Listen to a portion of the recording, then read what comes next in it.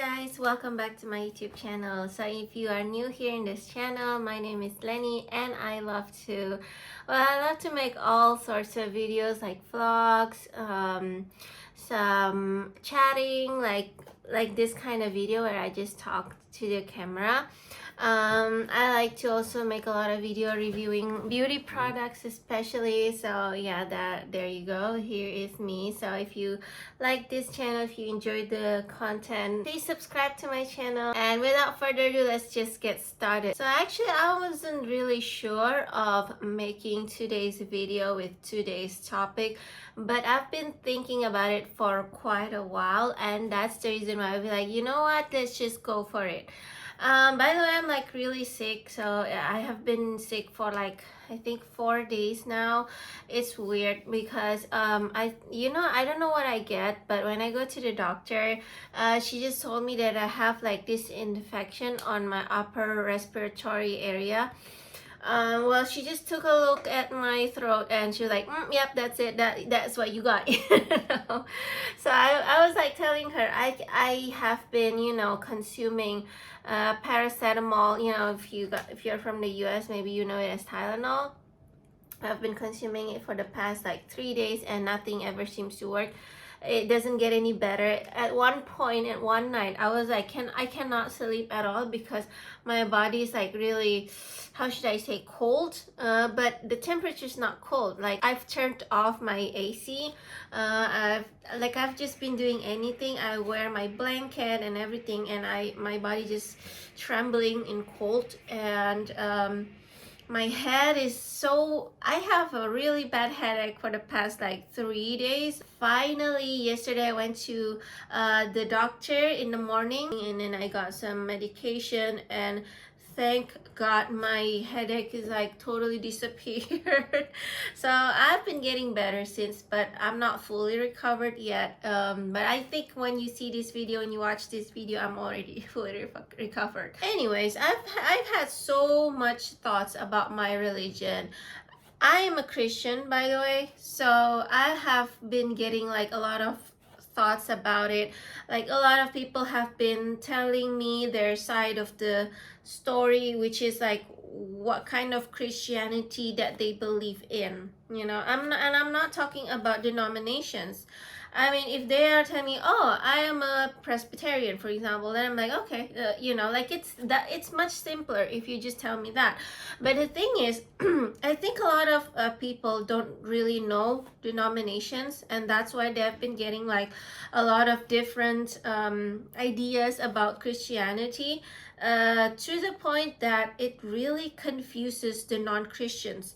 See, the thing is, we as Christians are supposed to spread the word of gospel, right? And so to spread the word of gospel, like how should I say, like the real outcome of that is people who are not Christian turn into Christians. You know what I mean? Like they not just hearing the word, but they like, okay, now I believe in Jesus Christ, and so they convert and become Christians, right? So that's like the how should I say, objectifiable goal, I guess. My English is not really good, I'm sorry guys. It's confusing to a lot of non-Christians because they have been getting this many different ideas, and most of the time, I'm sorry to say, they've been getting the wrong ideas about Christianity. The number one big mistake, not a big mistake, but the misinformation or misinterpretation that they have about Christianity is that this religion is all about money. And I don't blame them for that, because to be honest, there are a lot of charismatic Christian denomination. They're kind of just, how should I say, they do have been glorifying money. I'm sorry to tell you, like it's the harshest word to tell about them, but they do have been glorifying money, probably more than glorifying God. In fact, I think I definitely have met some Christians who they worship God in order to get wealth. Like the God is in the middle, but money is still on top. You know what I mean? So it's, to be honest, for me, that is just very disturbing. And when I talk to like the other members of the church, they say that yeah, that's very common to see among the charismatic church. And what I mean by charismatic church is this kind of church that's like very modern, and they don't really follow the Bible's blueprint of how church should be, and they don't teach you about the Word of God. They don't really talk a lot of the Bible. They only use the Bible to quote it to back up what they talk about. You know, for example, most of the time, because I've been there, so of course I know. Most of the time, they like to talk about wealth. They like to talk about investment. They like to talk about getting more blessings, you know. So I mean, talking about blessings is not wrong at all. I'm just saying that why are you always talking about blessings and blessings, you know? It's like, I mean, of course they won't tell you like, oh, we put money above God. No, they won't tell you that outright, but you see it from their behavior, you see it from their what they are saying, you know. And so what they're saying is, well, they keep saying like how to get more blessings, this is how you can multiply your blessings and all that stuff. So I just feel like it's not really like telling us Christians like that we actually, being a Christian is not easy. That's probably what I'm trying to say. So it's like, if you are thinking like, okay, if I become a Christian, then I will be rich, I will be successful, I will be happy, that's a very, very big misinterpretation of this religion. I'm sorry to tell you, because when you do decide like, okay, I want to follow Jesus, I want to follow God, you have to bear the cross. Okay, I'm sorry, my nose is like really bad, but anyway, yeah, you have to bear the cross. So which means that life is not gonna be easy.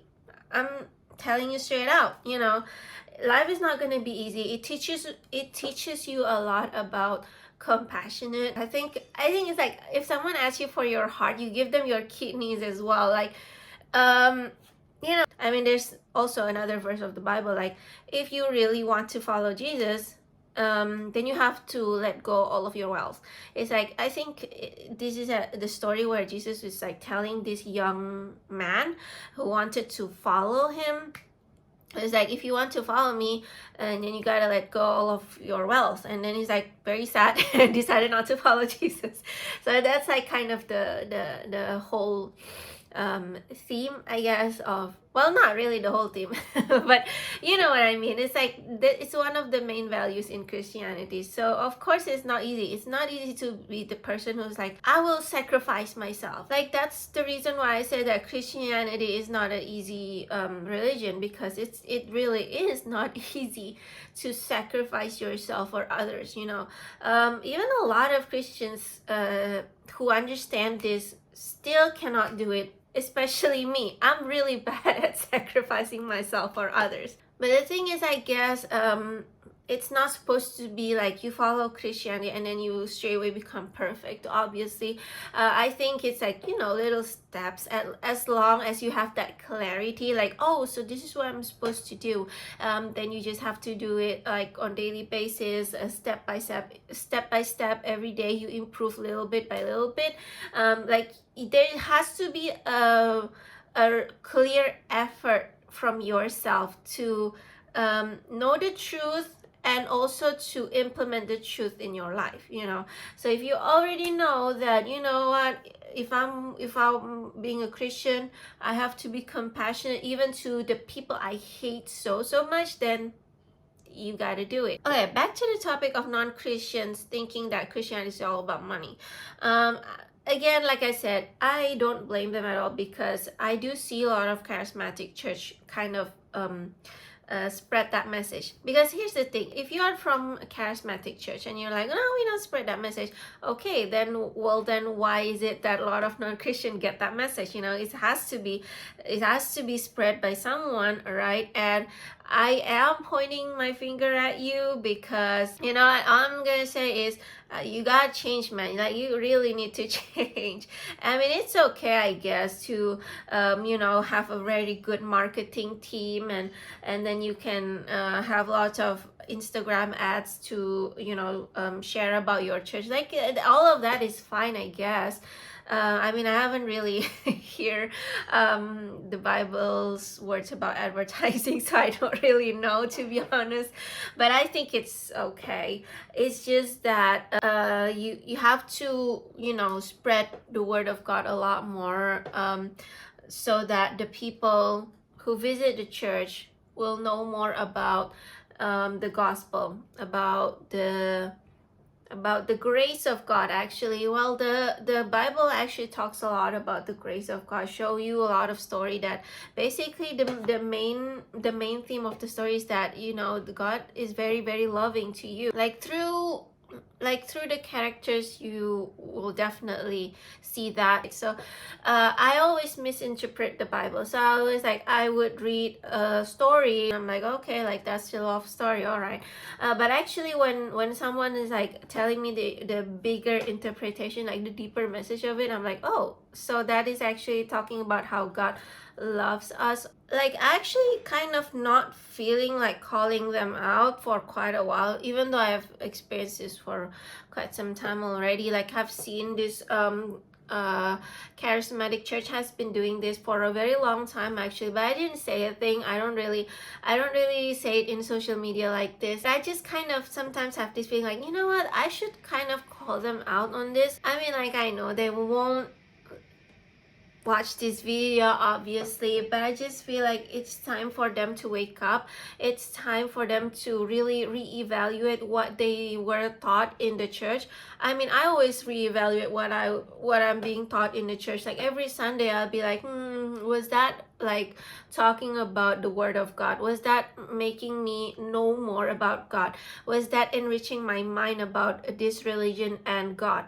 You know, if it doesn't talk about that, then I feel like I'm gonna leave that church. So that is the reason why I was like churchless for I think 3 years, because on every church that I went to, they'll just keep talking about wealth, about success, about how to get happiness. I mean, it's not that I go to the church, to a different church every week, but it's just that I went to, I think, 5 or maybe more than that. Like, I joined my family and all that stuff, and all I see is that they do talk about the Bible, but just a very teeny tiny bit, like, again, just to back up their claim. Like, for example, I think one of the verse that is really, really being overused is this verse that says, like, knock and the door shall be open, and then ask and you shall receive. Like, that verse, you know, I don't know which verse is that. Let me know in the comments. But yeah, that kind of verse has been used a lot.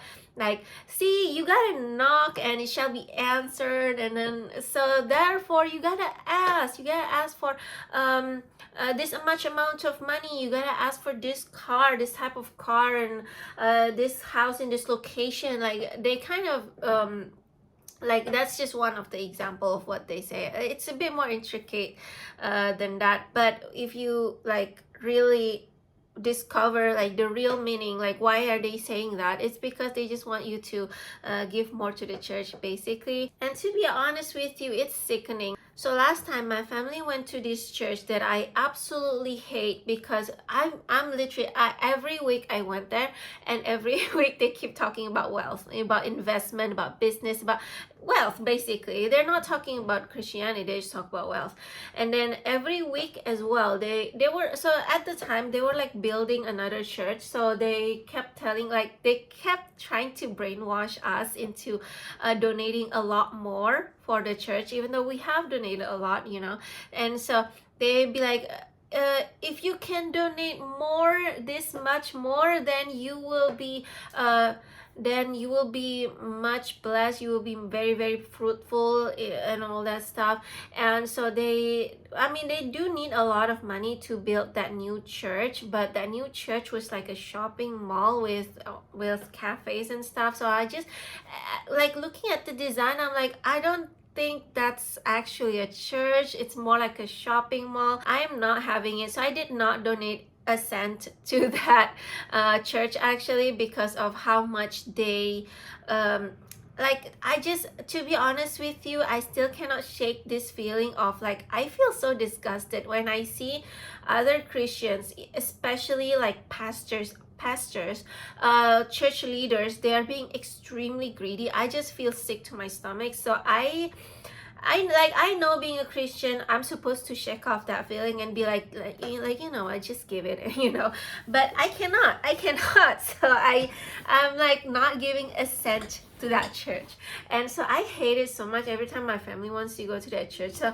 like every time my family wants to go, like every week when we're about to go, I always like take my sweet time in the bathroom and just make it late. So yeah, there's a lot of this commotion about tithe as well, like TITHE, I think that's the spelling.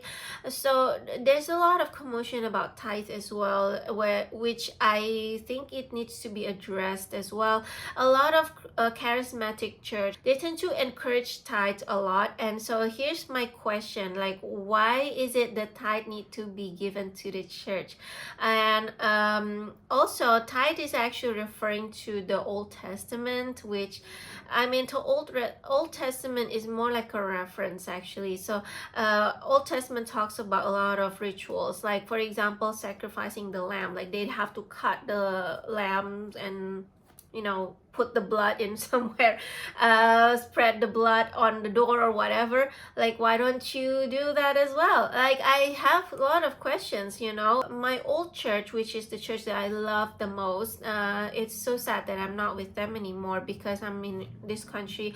Well, they have a branch here in my city actually, but it's very, very far away. It's like, I think 45 to 60 minutes of a drive, and I'm just extremely lazy and I just never went there. But anyway, yeah, they taught me that tithe is actually an old saying for tax. So back then during the Old Testament time, there's no tax yet, so they use tithe instead. I don't know how to pronounce this word correctly because it's like tax and tithe, like my tongue is twisted. But yeah, it's like a tax actually for people back then, and that's the reason why in the Old Testament they say that you need to give 10% of what you are earning, right? So of course back then they kind of talk about, let's say you how should I say, reap, you reap like maybe 1 kilogram of grains, then maybe like 100 grams of grains you give it as a tithe. So that was the tax back then, if I am not mistaken. I'm so sorry to my old church. So my old church is teaching me last time that why was it written in the Bible is because they want the people to obey the law from the rulers, so being a Christian doesn't mean you can like disobey the law, even though sometimes the law is very difficult. So yeah, it was like actually talking more about how you need to respect the law of humans, okay? So it's just saying that, and so people kind of misuse that verse for today's world, which is they say that, oh, you need to pay tithe to the church, and sometimes I guess if you are being pushed to pay tithe from a church, then maybe you can try to ask them like, hey, can I pay tithe to other church? Like, yeah, I don't really know if they're gonna be okay with that, to be honest. But here's the thing that I have about tithe, okay? So both of my churches, so my old church and my current church, finally, like, thank God I found my current church, because I've been like searching up and low, and to be honest with you, nearby my place there really is not a lot of church that actually believes in God. They more, again, like I said, maybe they don't even realize it, so I gotta be a bit more compassionate to them, because maybe they don't even realize it. But the thing is, yes, a lot of the churches nearby my house are charismatic, and charismatic doesn't equate to not believe in Jesus actually, but most of them, they do put money or success or like worldly, like worldly happiness, worldly stuff above Jesus. So those are the church that I will not follow, that I will not listen to. I will not go there because it's just gonna be misleading. My mind is gonna be directed to the wrong path actually. So that is the reason why I would just never go there. So I've been to several of them in the past like 3 years or something, and I'm like, like this is not right. This is I would not go to these churches. So in 2024, I bumped into this church. It was actually introduced by my psychologist. You know what, I'm just gonna say, like, all this seems so serendipitous because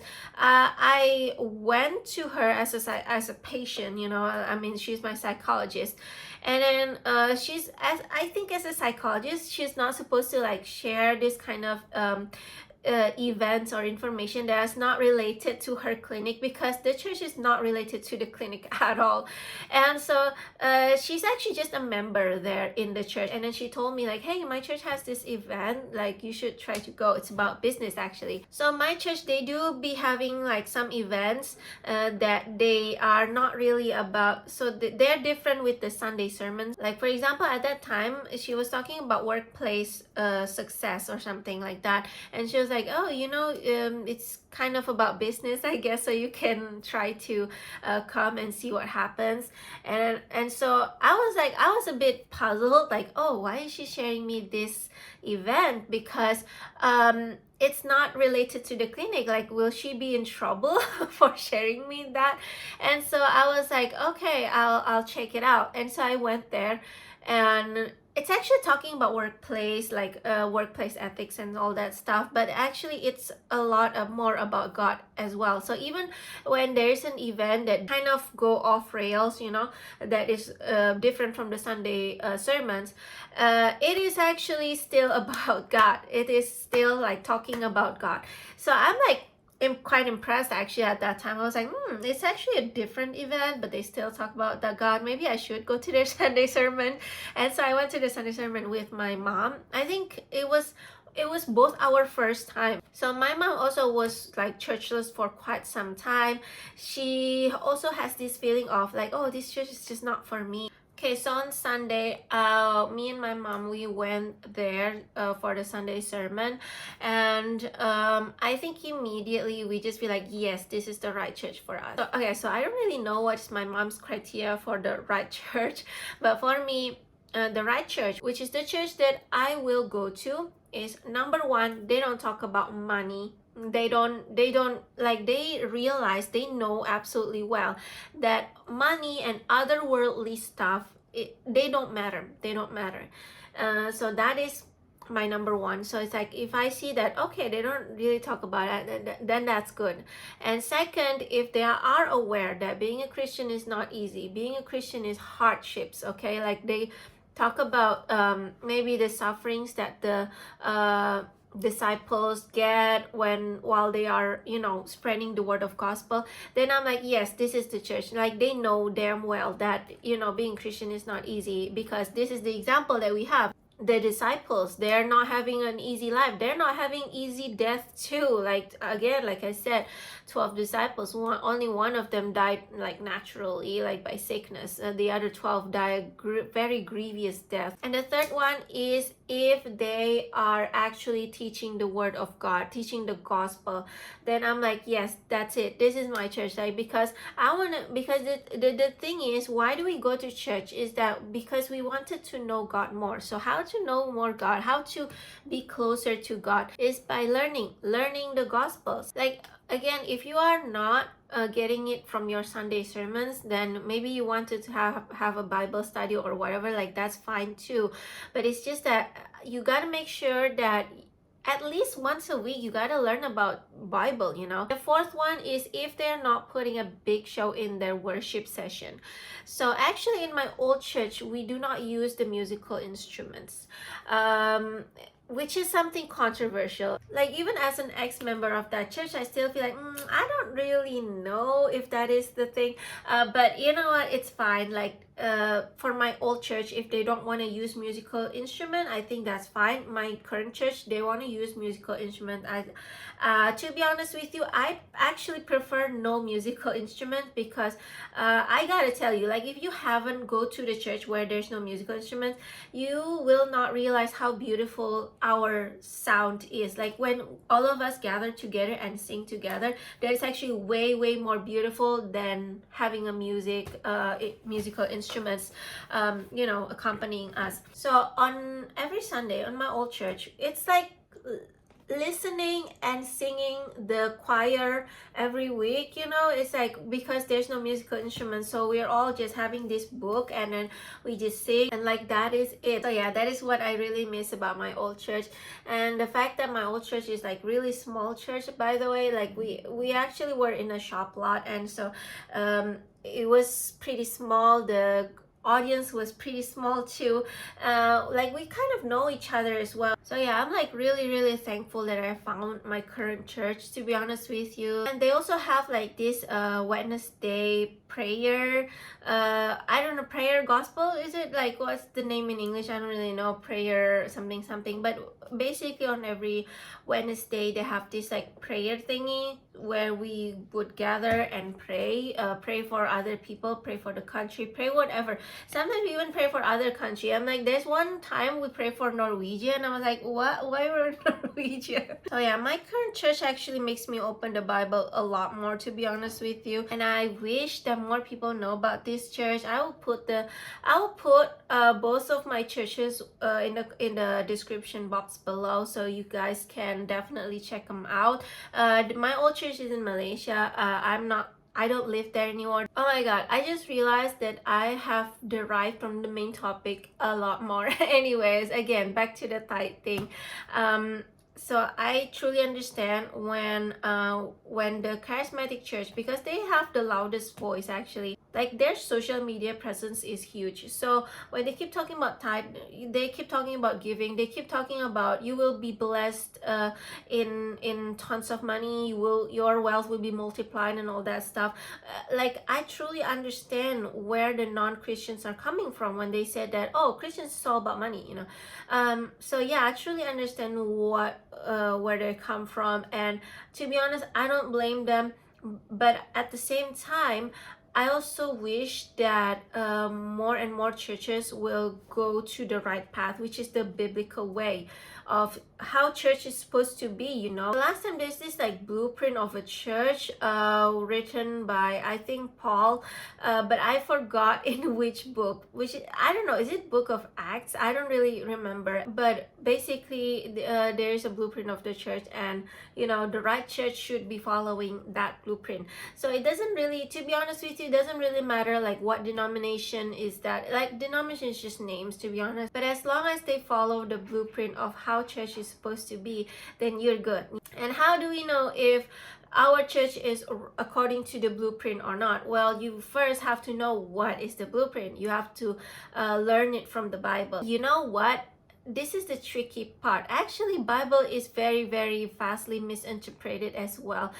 So if they don't really know the full context, then they will just fool you and tell you like, oh, this actually means something else, when no, it's actually mean what it is, for example. So it is quite important to also learn from the person who actually knows their stuff, who actually learn a lot about Bible. Like, for example, you're the clueless sheep who don't know the direction, and then you are being led by some chicken. Like, you don't want to do that. You want to be led to the right path.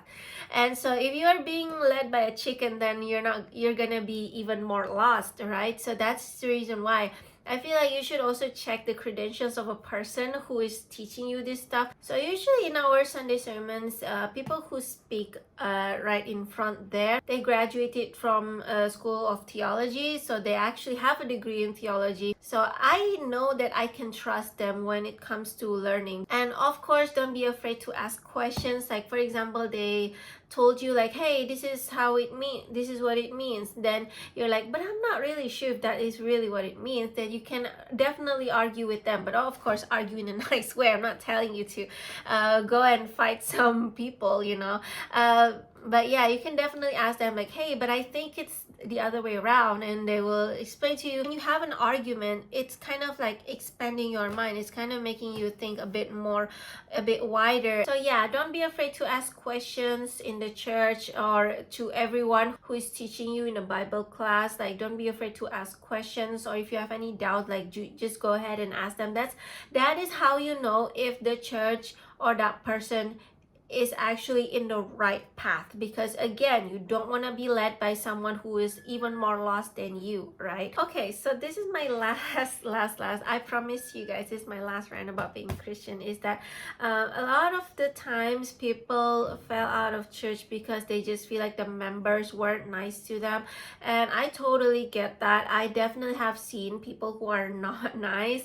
Like, I absolutely know where they're coming from. I personally have experienced it myself, so I don't blame them for having that kind of reason for leaving the church. I don't blame them at all, but it's just that I want you all, if you go to a church, please bear in mind, and please lower your expectation on the people there, because I'm telling you, really, nothing can guarantee if a person is nice or not. Like, even if they have a religion, that doesn't mean they're nice. Even if they are Christian, Catholic, whatever, like, that doesn't guarantee that they're gonna be a nice person. So number one is lower your expectation, and number two, please just focus on God. Please focus on your relationship with God, and that's it. You don't have to care if the members there are nice to you, if the members there are racist or not, if the members there are what, like, as long as they are teaching you the word of God, they are teaching you the right way on how to be a better follower of Jesus, then that's it. That's all you need to know. Okay, you don't have to care about, oh, this person hates me, or this person is not nice to me.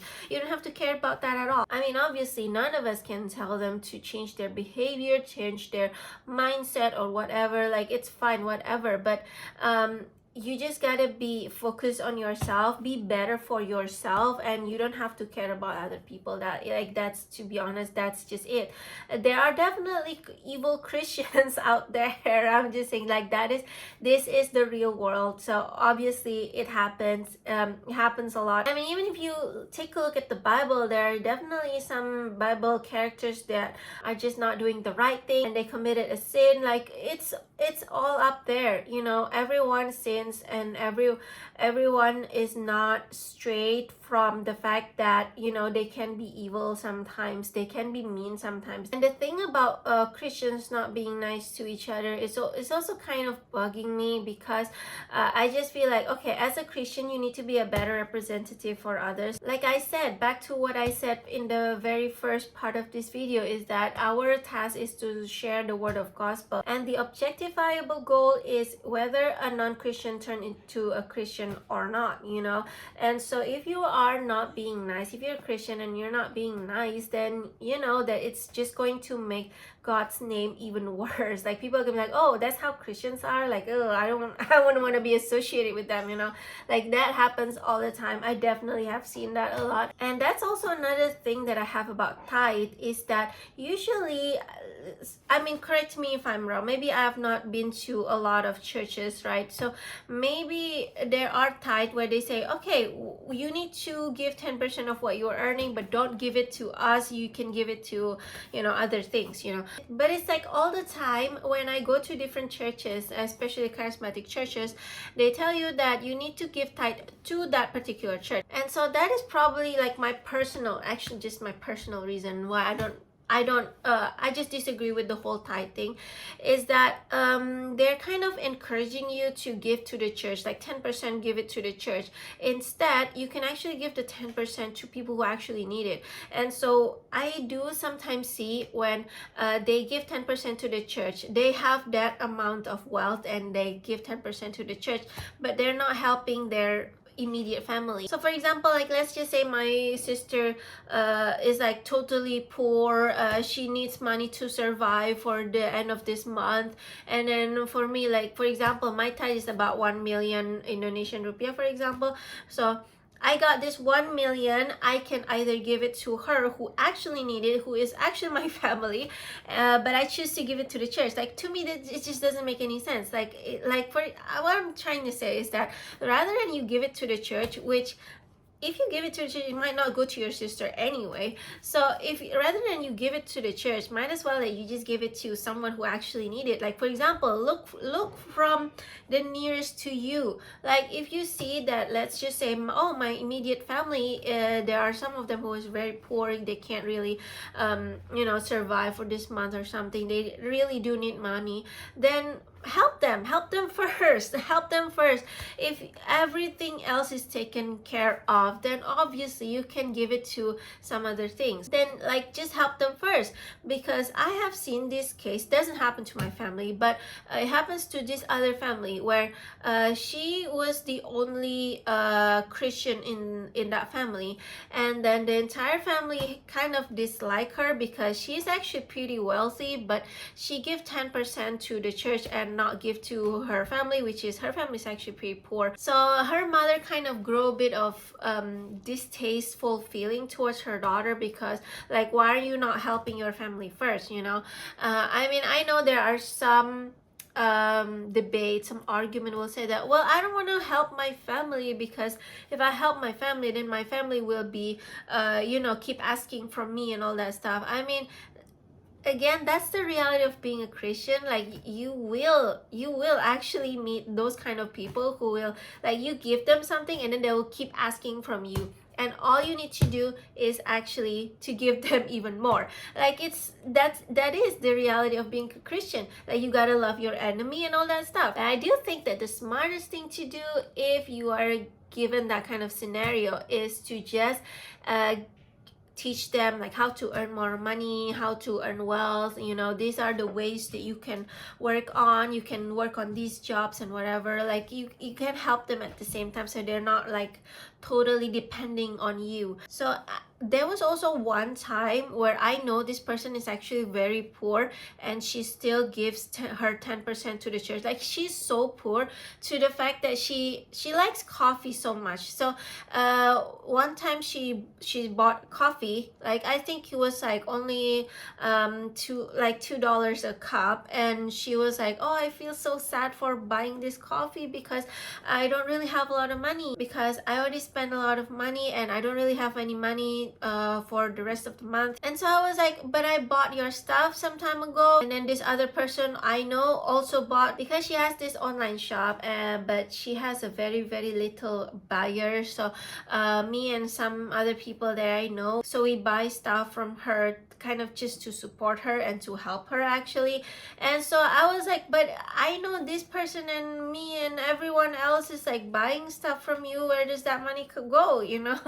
Like, I thought when we buy stuff from her, and like, we know the base price, and so we know that how much profit she's actually making, and we're kind of surprised that the money is like pretty much gone. And I know that last time she was giving tithes, but I don't really know if she was still giving tithes when she was poor. So I asked her outright, like, do you still give tithes? And she was like, yeah, I still do give tithes. And I was like, oh my gosh, because you're not even helping yourself and you're already giving tithes to the church. I mean, that's the thing about tithes, is like, most of the time the churches who talks about tithe, they are not really making you think. Here's the thing, if you want to give to the church, you have to give it wholeheartedly. So it doesn't matter if you want to give 10% of your wealth, like, sure, go ahead. But the thing is, nobody should be pressuring you to do that. And so the problem that I have with tithes is that most of the people will kind of force you to do that.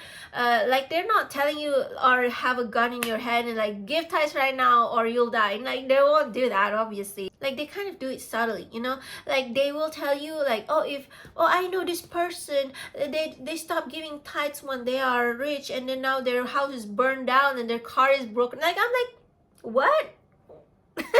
Like, that is manipulation at the highest level. It's like they kind of guilt trip you. They tell you like, you give tithes, and you have to give it, because once you stop, your wealth's gonna be taken all away. And so I think I know the reason why this friend of mine still give tithes even though she's very, very poor, is that because basically she has been brainwashed by these church leaders, like, you give tithes, or if you don't give tithes, then you're gonna be poor. And the same also being said by these leaders of the churches is that if you give tithes, your wealth will be multiplied, yeah, like you will be rich, you will be successful, you'll be happy, and all that stuff. So they kind of keep saying all these things like, oh, God has blessed you with all this salary, all this wealth, then why don't you give 10% back, like that is your responsibility, right? Like they kind of tell you all these things because they are really trying to plant this, like, how should I say, plant this willingness from yourself that yes, I have to give 10% of what I'm earning, even though my money is not really, even though I have a lot of things I need to pay for, I must give 10%. Like they kind of make you want to think that way, so that obviously you don't know that you are being manipulated, you're being like gaslit into giving tithes. Like it's like, that is, to be honest, that is just a trick, because to be honest with you, the world is filled with manipulative people. Like nowadays, when people wanted to get what they want, they have to be a little bit more manipulative, and like, so they won't tell you exactly like what they have in mind. And so it is really up to you to be a bit more questioning everything. This is probably the worst part of this modern world, is that now we do have to question everything. Now we do have to like keep asking questions, find out about things ourselves. Like I know it's just not easy. All right, you guys, that is all the rant that I have about my religion. Thank you guys so much for watching. Again, I'm ranting about this not because I hate my religion. No, I don't hate my religion at all. It's just that sometimes when you follow a certain religion, you will feel that, okay, some people of my religion is not really doing a service about our religion, so we just kind of have to call them out a little bit. No hate at all towards people who are in the charismatic churches, but I do wish that you guys will have this calling that to reevaluate what you believe in from your church. Like, is my church actually teaching me the right thing? I have this belief, like I have this wishful thinking that maybe not all charismatic church are bad. Okay, so yeah, reevaluate and then actually learn the blueprint of how church is supposed to be. Like try to learn more about God, strengthen your relationship with him. And like that's, to be honest, that is just what I wish, because actually my ultimate goal is to have more and more people believing in Jesus. Actually, like that is just my goal. And so if you guys kind of stop talking about money, stop talking about worldly stuff, and then you guys kind of focus more about Jesus, and I think it's going to make the name of Christianity much better, and it will make people wanted to know more about God and wanted to follow Jesus eventually, right? Again, I am not a pastor, I'm not studying theology, I'm nothing like that. I'm just a regular Christian who are here ranting, actually. So I mean, you don't have to take my words like fully. I absolutely understand if you have some disagreements with me. So anyway, thank you guys so much for watching, and I will see you guys next time. Bye.